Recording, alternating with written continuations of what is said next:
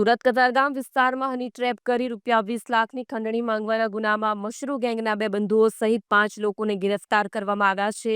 Gang મહિલા સભ્ય દ્વારા શિકારને ફસાવી પેપર પહોંચી ગયો છે જેવા કોડવર્ડથી બ્લેકમેલ કરતી. પોલીસ કમિશનર અનુપમસિંહ ગેહલોતના નેતૃત્વમાં એસઓજી ટીમે આરોપીની ધરપકડ કરી છે. આ ગેંગ મહિલા સભ્યની મદદથી શિકારને હની ટ્રેપમાં ફસાવતી અને પછી પુરુષ સભ્યો પેપર પહોંચી ગયેલ છે જેવા સાંકેતિક સંદેશ વાપરી શિકારને બળાત્કારના આરોપ અથવા સામાજિક બદનામીની ધમકી આપી આમ ડરાવીને લાખો રૂપિયાની ખંડણી ઉઘરાવવામાં આવતી હતી.